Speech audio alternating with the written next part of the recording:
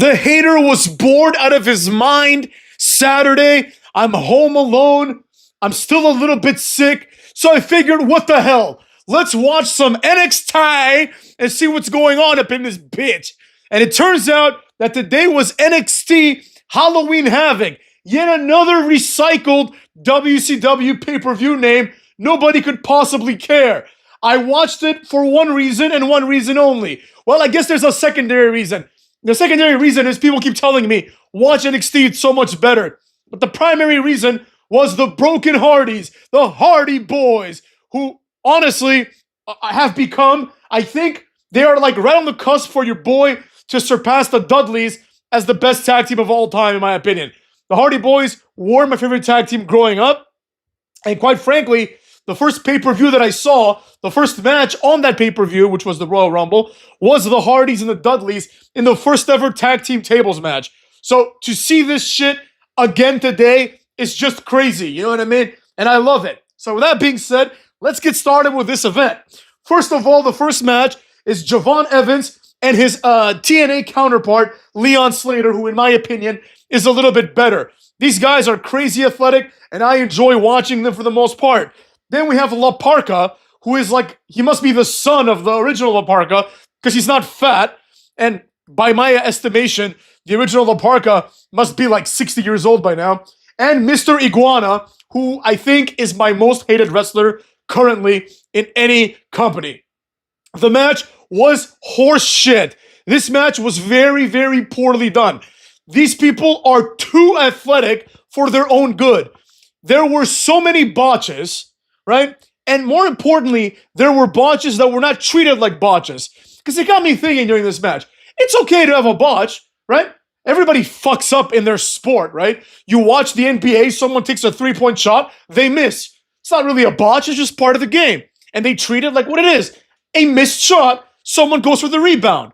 I don't know why botches can have the same thing in WWE, right? In other words, you miss something, you miss the spot, you miss the cue, and then you just operate as if you missed the cue, right? Like when Jeff Hardy goes for a swanton and misses the swanton, you know, he doesn't pretend that he hit the guy. He just misses the swanton, and the match continues as if he missed the swanton. But for some reason, the cruiserweight types, you know what I mean? The NXT cruiserweight types and the X Division types nowadays, and obviously every luchador of all time, all of these people have missed this memo. So when they miss a spot, they have to pretend that the spot worked. There was an egregious missed spot during this match. There was a point where I think it was Mr. Iguana. He goes for like a springboard cutter type thing, right? And Javon Evans goes for a springboard cutter too.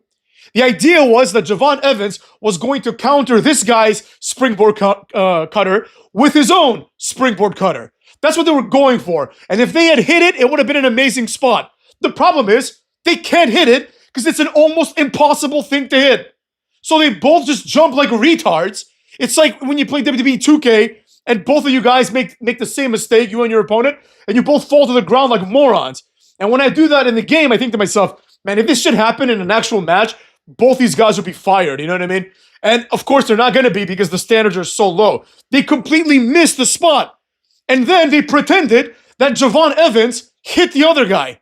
You know what I mean? They both fucked up, but for some reason, Javon Evans comes out on top. How about treat it like what it is? You both went for a move, you both missed.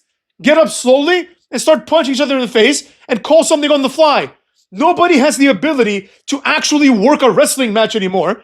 The only person that apparently can do this is Gunther. But that's not impressive at all. Because when Gunther does it, they're like, oh, Gunther's so good at calling spots on the fly.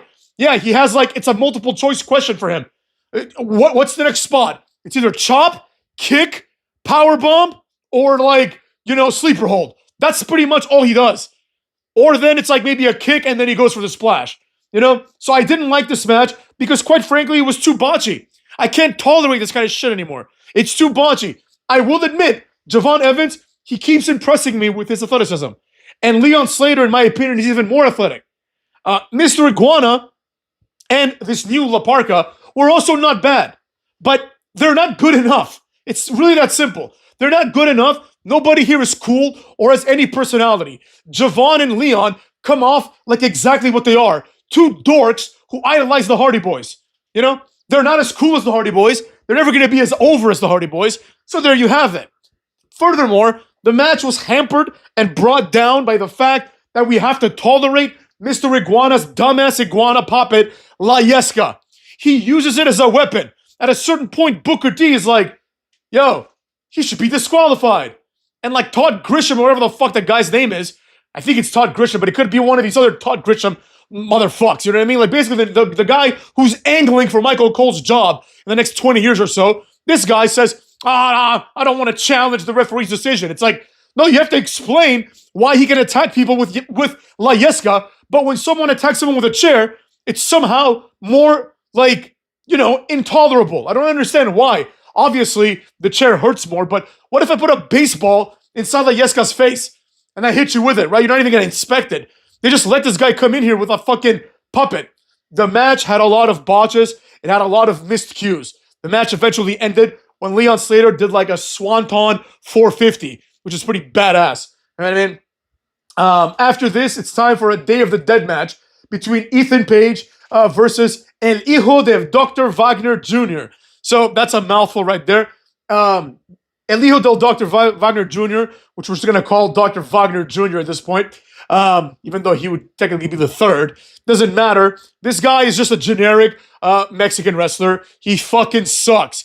The match was decent for what it was, because it was like a hardcore match, but Ethan Page is just destroying this guy. And the entire story of the match was Dr. Wagner Jr., his mask gets like torn up by Ethan Page. And pretty much every time Ethan Page gets an upper hand on him, he has to use the fact that this guy's wearing a mask, which kind of makes Ethan Page look pretty weak in my opinion. But that's, you know, that's a matter of personal opinion. He didn't look very strong considering that he had to like do mask moves to El Hijo de Dr. Wagner Jr. Now, with that being said, it's like, I'm fucking sick and tired of this, like, I guess we'll call it a wrestling trope, but it's more of a cultural trope, right? There's this cultural expectation, right, that the dominant culture, in whatever situation the situation calls for, right? Oftentimes, the dominant culture has to bend over for the subordinate culture and kind of accept their horse shit, right? The kind of thing I'm talking about is like, for example, you might see someone say like, oh, like, you know, Middle Eastern food or Ethiopian food is really good. And then people on the same sentence say things like, Italian food ain't shit. White people don't know how to cook. It's like, if it weren't for the Italians, the entire world would be eating shit still. You know what I'm saying? Like, they fucking invented cuisine. But anyways, it's that kind of stuff, right? And the same thing happens in wrestling. For some reason, the American wrestlers and the Canadian wrestlers in this case have to become subordinate to the dumbass, like, lucha libre philosophy of masks are sacred, right? It's somehow considered disrespectful for Ethan Page or somebody else to just take the mask of a luchador and wipe their ass with it. Why is this disrespectful? We're not in Mexico, motherfucks. It doesn't make any sense. Why in the blue hell would Ethan Page, who's having a wrestling match with El Hijo del Dr. Wagner Jr., give a shit about the Mexican tradition? I don't care at all. You know what I mean? It's fucking weird. It's cringe. By the way, oh, the masks are like, they represent the head of warriors. Yeah, that's fucking weird. It's fucking lame. It's a fake sport. Get over yourselves. You know, I know this is only kayfabe, but it's the same philosophy. It's the same philosophy as people being like, oh, you know, like Italian food ain't shit. You know what's good? Ethiopian food. You eat that shit. It's like the inside part of bread, right? And it's like you get like these multicolored dips. And it's like, take the bread, dip it in this yellow dip. And then if you like that, dip it in the red dip. And then some other diarrhea-inducing food. And people are like, oh, Italians don't know how to cook. Are you fucking kidding me? You know what I mean? It's the same fucking shit. For some reason, we have to give more respect to like foreign wrestling, to Mexican wrestling and Japanese wrestling. It's like, oh, puro resu. They take it seriously. That's fucking stupid. Taking wrestling seriously and reporting in the news is fucking stupid. But nobody can say that because someone will come around and be like, that's culturally insensitive, or worse, that's racist. Oh, it's racist. Like one time, I was like, Nakamura is no better than Funaki. I said this in a message for him. Someone was like, it's so racist that you would compare two Japanese wrestlers together. I'm like, what? What am I supposed to compare him to? Goldberg? I'm going to compare him to the guy that he's exactly like. The other Japanese guy. They both have 3 moves. Nobody gives a fuck about either of them. They'll never draw a dime, and they don't speak English. But for some reason, you're not allowed to point these things out, right? God forbid, like everyone can say like, oh, Italians don't know how to season food. Are you fucking kidding me? It's like every seasoning comes from Italy, basically, right? And they're like, oh, Italians don't know how to season food. But you know what's really tasty? Like fucking, like they'll pick some like random shit. They'll be like, oh, Moroccan food. You have to eat it with your hands while sitting on your ass while still wearing shoes. Some goofy shit like that. And nobody has the balls to just be like, yo, this cuisine that you're trying to push as good, it tastes like shit. Nobody has the balls, for example, to say that Chinese food and Thai food are the same fucking thing.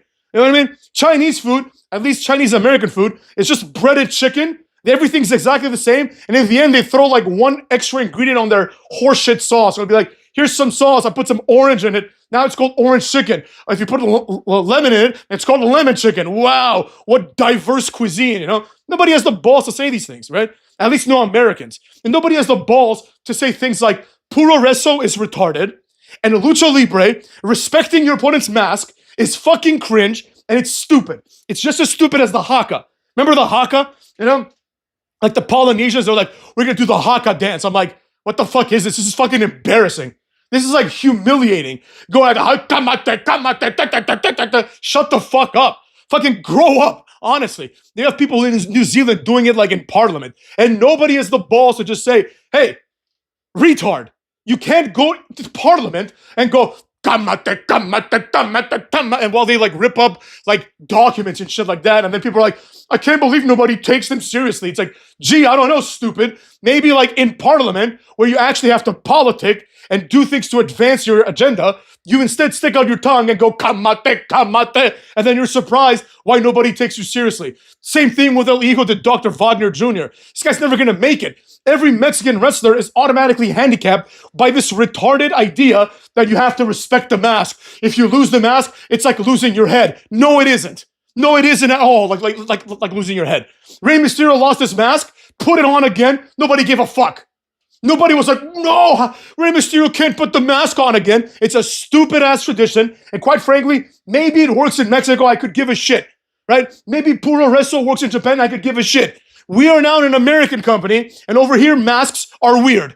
You can wear a mask for no reason. Like, Axiom is not like a luchador, right? So Axiom just wears a mask. For some reason, his mask matters less than El Hijo de Wagner Jr. because El Hijo de Wagner Jr. thinks it's representative of his head. Shut the fuck up. How do you even get that sentence out? It's representative of my head. It's representative of your ass. Anyways, Ethan Page mercifully wins this match with a twisted grin off the top turnbuckle onto the table. After this, it's time for Blake Monroe versus Zarya. I just want to take a moment here to say that Zarya sucks ass, and everyone, like last year she debuted, and the hater last year said, this is going to go nowhere. This is a complete disaster. I knew she was going to be a jobber, and here we are. She's just a jobber now, you know what I mean? Zarya apparently was the NXT North American champion. I thought it was Sol Ruca. Maybe she got it because Sol Ruca is injured. I don't know, to be honest. I don't quite give a shit. Blake Monroe wins. Blake Monroe's finisher is just a DDT. So this is the standard that we have to deal with.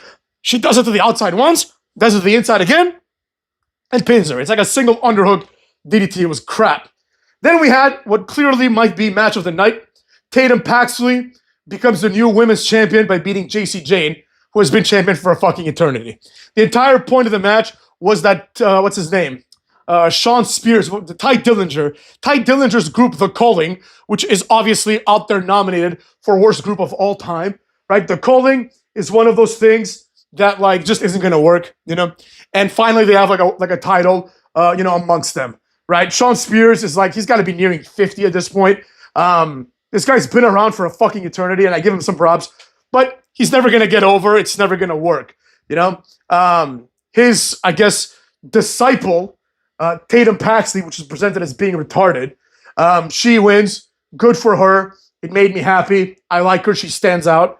JC Jane also stands out, but she's been champion for a while. The match was good. There was a moment where like Izzy Dame, who has the worst name of all time, is part of what's it called?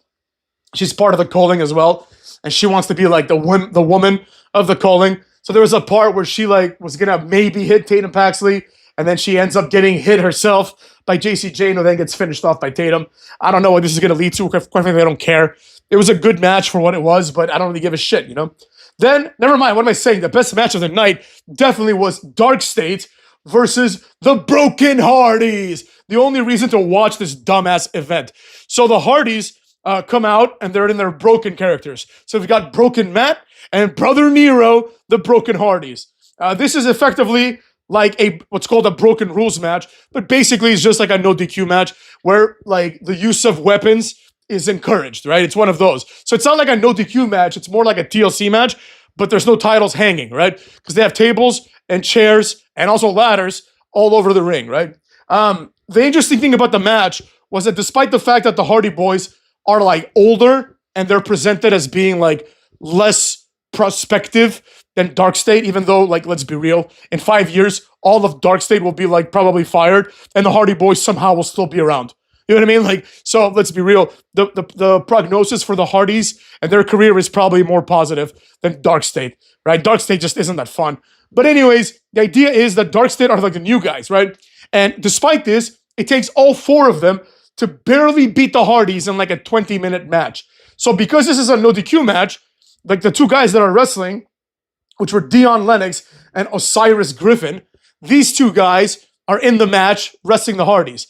And then Saquon, Sugars, and the other guy whose name I forget, Cutler James or Jay Cutler or something like that, he and Saquon come in and they attack the Hardys, right? So they're 4-2ing these motherfuckers. At some point, the Hardys take out the 2 guys that aren't part of the match, and they basically drop them on their ass, right? They do like table moves on them. It was pretty sick. The Hardys played all the hits. Jeff Hardy did multiple swantons. He did swantons on tables. He did swantons off ladders. They hit the plot twist. They hit the twist of fate. They did versions of the poetry in motion. It was just a great Hardys match. The Hardys are just amazing. I think like if the Hardys have like 1 or 2 more years of this level of performance, I think nobody can say that they're not the best tag team of all time. After that point, like they surpass the Dudleys and they surpass every other tag team, you know, like LOD and like Harlem Heat. Like, see, this problem is this, right? There's so many good tag teams. Like Harlem Heat is a great tag team, right? But you can't put them as the top tag team of all time just because like Booker T, for example, went on to have like a massive and successful singles career. Like Booker T is not going to be remembered for his time in Harlem Heat, right? He's going to be remembered for his time as like a single star. So it's like, it's the same thing with the Hardys, really, right? Because both of them, obviously more so Jeff Hardy, had successful single careers, this kind of took away from their tag teamery. Whereas the Dudley Boys, they were together for a lot longer, right? While Jeff Hardy was having singles runs up the ass, you know, at some point the Hardys were in different companies.